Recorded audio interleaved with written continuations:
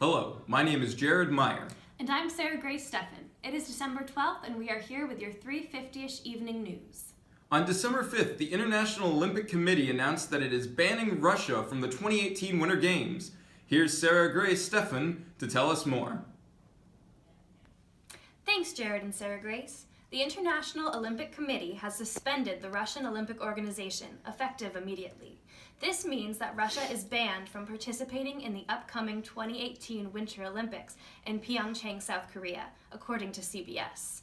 This ban is a direct response to the Russian government's support of their athletes using performance-enhancing drugs. The use of these drugs has been described as an institutional conspiracy involving over 1,000 individuals as well as the Russian Secret Service. World Anti-Doping Agency investigator Richard McLaren released a report on this alleged Russian drug use in 2016, revealing evidence that the Russian government sponsored the tampering of drug tests for 12 Russian athletes who won medals at the 2014 Sochi Winter Olympics, including 4 gold medalists.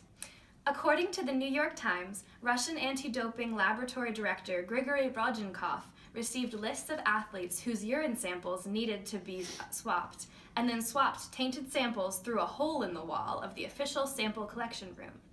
As punishment for this unprecedented support of drug use and tampering, Russia is banned from competing in the 2018 Olympics.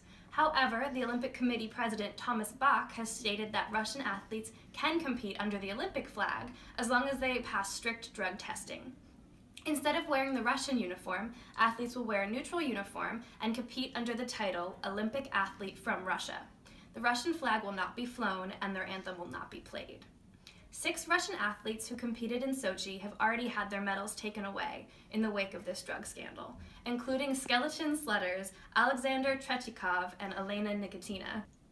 According to an official statement from Olympic President Bach, no official of the Russian Ministry of Sport will be accredited for the 2018 Games, and the ministry's former head, Vitaly Mutko, is barred from any games in the future. Furthermore, the Russian Olympic Committee must pay a total of $15 million to pay for the International Olympic Committee's drug investigation, as well as to build the capacity and the integrity of the global anti-doping system.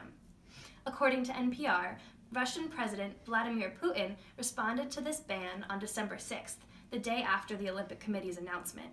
Putin squashed the rumors that he would encourage Russian athletes to boycott the Olympics, stating, "Without any doubt, we will not declare any blockade. We will not prevent our Olympians from taking part in the Games if one of them wants to take part in a personal capacity." Despite this statement of goodwill from their president, many Russian athletes appear to be conflicted about whether or not they will compete neutrally.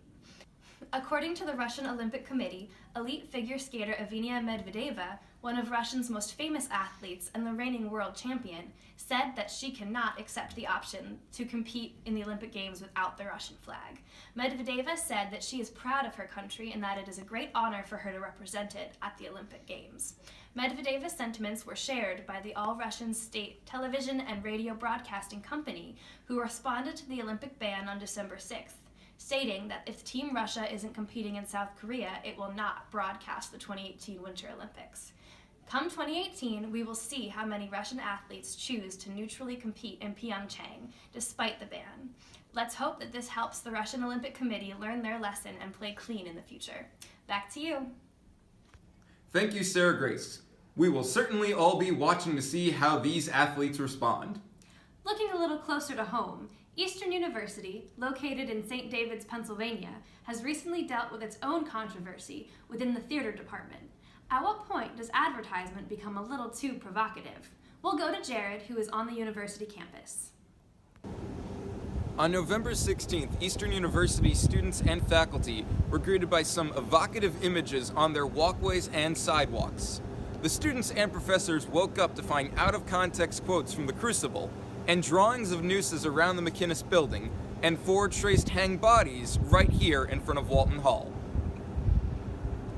After an outspoken faculty member commented on the obscene effect the advertisements had on them and a few of the students, the school staff took immediate action, erasing and partially erasing a few of the advertisements. The first advertisement partially erased was the line, "Go and tell her she's a whore." Among the other erased advertisements were the line, "God damns all liars," a drawing of a noose, the phrase, "The Crucible, be there or be hanged," and the large advertisement featuring the 4 traced hanged bodies in front of Walton Hall. In the evening, the executive director of the Fine and Performing Arts Division, Ron Matthews, wrote an apology email to Eastern University students and staff. Matthews wrote, "Art can be offensive, but the framework should be within the performance space and the presented work itself." Mr. Matthews described the writing of the chalk advertisements as socially irresponsible and offensive, especially in light of the larger national debate around morality and appropriate behavior and language. Mr. Matthews concluded his email stating, "My hope is that rather than viewing this as censorship, we will contemplate the significant influence our words and actions have on others." An anonymous source who admits to drawing most of the erased quotes and being one of the traced hanged figures found the advertisement erasure to be nothing more than censorship. The chalk drawer used images of nooses to illustrate how the crucible is about the martyr of Christians and how it is wrong to cover up or ignore this part of our history. Quote, "We are now living in a time where censorship is a more dangerous threat than ever. Censorship silences the voices of those who wish to and need to be heard. When we refuse to let expression take place, we can no longer call ourselves open and accepting. Those who do not learn from history are doomed to repeat it." History professor Dr. Chris Butinsky thought the handling of the ad erasure was poor and should have been treated as a learning experience. Quote, "I can understand the need for swift action if this involved racial, sexist, or homophobic epithets. However, the ads I observed were in keeping with the context of the play and its subject matter. I think an opportunity was missed here to discuss intentions, meaning, and expression." Dr. Butinsky also believes the interaction between the arts department and the faculty has put a strain on the arts program, stating, "The arts have been an integral part of the church throughout history, and yet we find ourselves caught in the struggle of appropriateness, offensiveness, censorship, and the like." Though Eastern University's production of The Crucible closed at the end of November, students, staff, and professors still discussed their thoughts on the ad erasure controversy and whether they saw it as unnecessary censorship or unnecessary removal of untasteful graffiti. For the 350-ish Evening News, I'm Jared Mayer. Back to you, Sarah Grace. Thank you, Jared. Now we're going to go to Rain Gauge Johnson with your local weather. What's it look like out there, Rain Gauge? Oh, thank you, Jared. So yes, weather today. It's looking pretty nice out. Sun's up there. It's kind of clear. Looks like maybe 10% clouds. Temperature, it's currently 44 degrees out, so it's feeling a little brisk. Go outside, make sure you get your hat, gloves, and jacket. Wind chill is going to make it feel a little colder. Wind's currently coming from the south, southwest, possibly north. So yeah, it's a great day. Hope you guys have a great evening.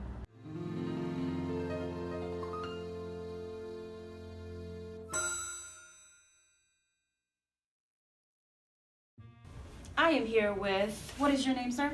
Wanji Moise. Awesome. Well, how are finals treating you? Do you feel prepared? Do you feel stressed? Tell me a little bit about it. I'm a little bit stressed. Hoping to study today after work, and I have a bunch of final papers due. It's really been very hard for me. I am here with Matt, and he's going to tell us about his finals. How do you feel like finals week is treating you? They're treating me pretty rough. Yeah, tired.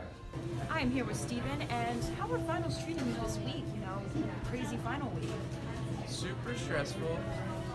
Lots of take-home exams, like 30 pages of paper to write. Hello there. So I'm here to ask you about your finals. How are they going? Do you feel like you are prepared? I do feel like I'm prepared. I feel like it's been okay, you know, just a lot, I gotta put in them hours, you know? You are very right. How many finals do you have coming up this week? I think altogether, including labs, it's like 6.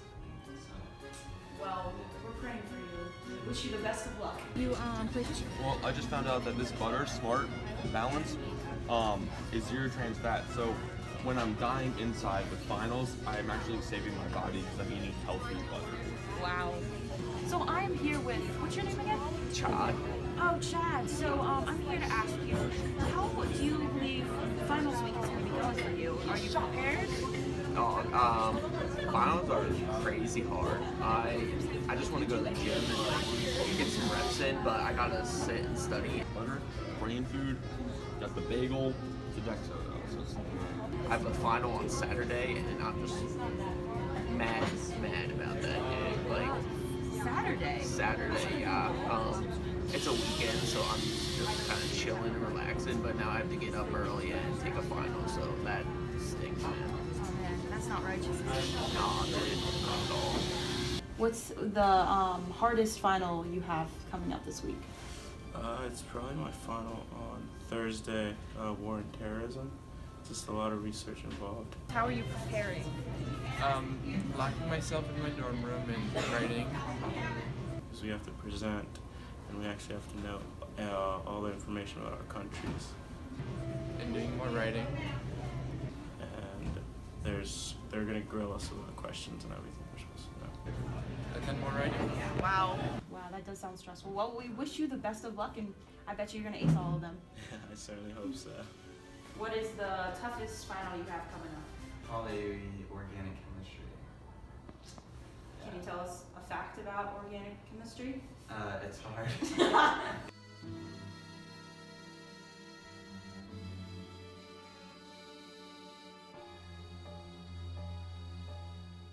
Now here is J.E. Wells with the latest news about your money. Many people remember stock rallies such as Intel in the early 2000s, or Apple's incredible rally since 2010. Well, this year, there's a new growth story in the world of investments. Bitcoin has been the investment story of 2017. The cryptocurrency has become an overnight success as an investment after it has grown 1,500% in value, according to MarketWatch.com. Bitcoin was founded in 2009 by a person using the alias Satoshi Nakamoto. It is a private currency, which means that it is unregulated, which eliminates the middleman in transactions. This means there are no banks, no transaction fees, and no reason to use real names. This gives Bitcoin the attraction of allowing buyers to buy completely anonymous. Bitcoins can be obtained by mining them, or using computers to solve complex puzzles. Once these puzzles are solved, 25 Bitcoins are awarded.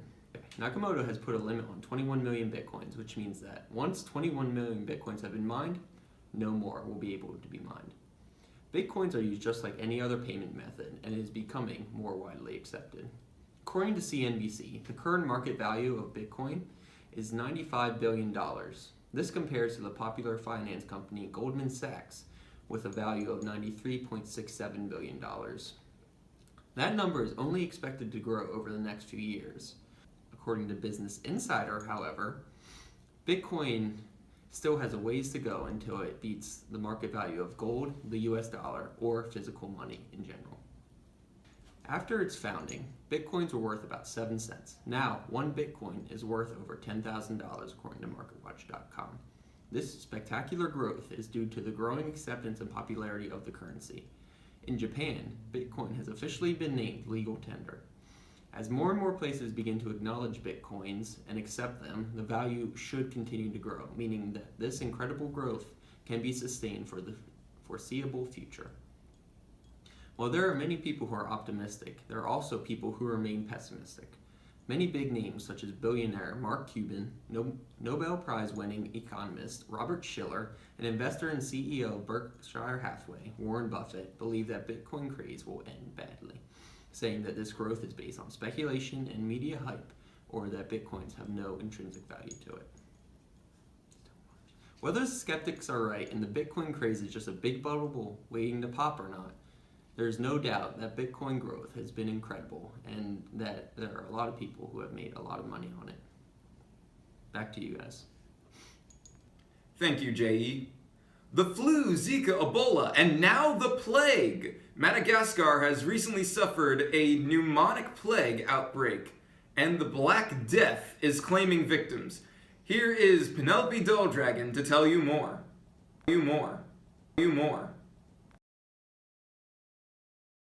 19th century in Europe, the Black Death is running rampant and decimating the population. Transport to modern Madagascar, and the Black Death is running its destructive course once again. Caused by the bacteria Yersinia pestis, it is endemic to certain parts of the island. However, the plague has made its way to a heavily populated city of the island. Thus, an outbreak has begun.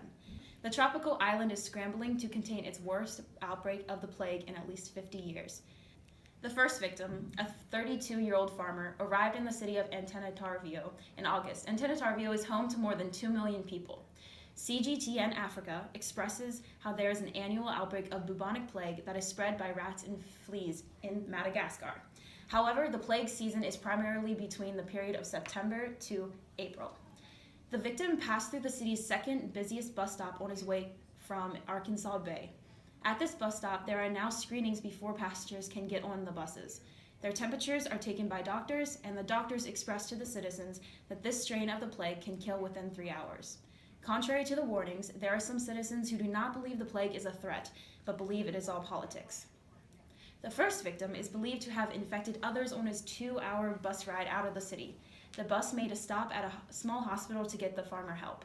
Jean Patrice was the first doctor on duty, never having treated a plague victim before. After an individual is infected by the bacteria, they develop the bubonic effects. But if the disease reaches the lungs, it becomes pneumotic. This is then transmissible from person to person, airborne through infected droplets spread by coughing and sneezing, the World Health Organization advises. CGTN Africa reports that there are more than 2,000 cases with 165 fatalities.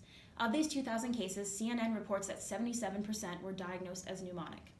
There is speculation that the plague is spreading due to relatives digging up the Black Death corpses as part of an ancient Phamadian ritual where they dance with the corpses before they are reburied. The Sun reports. The centuries-old practice of Phamadian is also known as the turning of the bones or body turning. The tradition involves retrieving the bones of deceased relatives, rewrapping the bodies with fresh cloth, and then dancing with the corpses before placing them back in their graves. Newsweek reports that health officials are warning that although the tradition is sacred, it could spread the plague. Reports state that the Madagascar plague outbreak is on its decline. After peaking in mid-October, Dilys Morgan, head of emerging infectious and zoonoses at Public Health England, expresses, "Plague is no longer the threat to humans as it was centuries ago, as antibiotics work well if treatment is started early." WHO has issued alerts for 9 countries surrounding Madagascar. This has been Penelope Duldragon for 3:50-ish Evening News. Back to you. Thank you, Penelope Duldragon. And now to wrap up today's report. Boom boom ch, boom boom ch, boom boom ch, boom boom ch. We are here to wrap up the news before you leave. You never met reporters as fresh as us to give you updates so you won't miss the bush. Here's a Rain Gauge Johnson to drop some heat. Is it raining? Report. I got that meteorology sense. I'm like the sun throwing gold, so you'll just cause some wets. Boom boom ch, boom boom ch. Maya, Stefan, Duldragon, and Johnson. Check the news next week, because right now we're gone, son.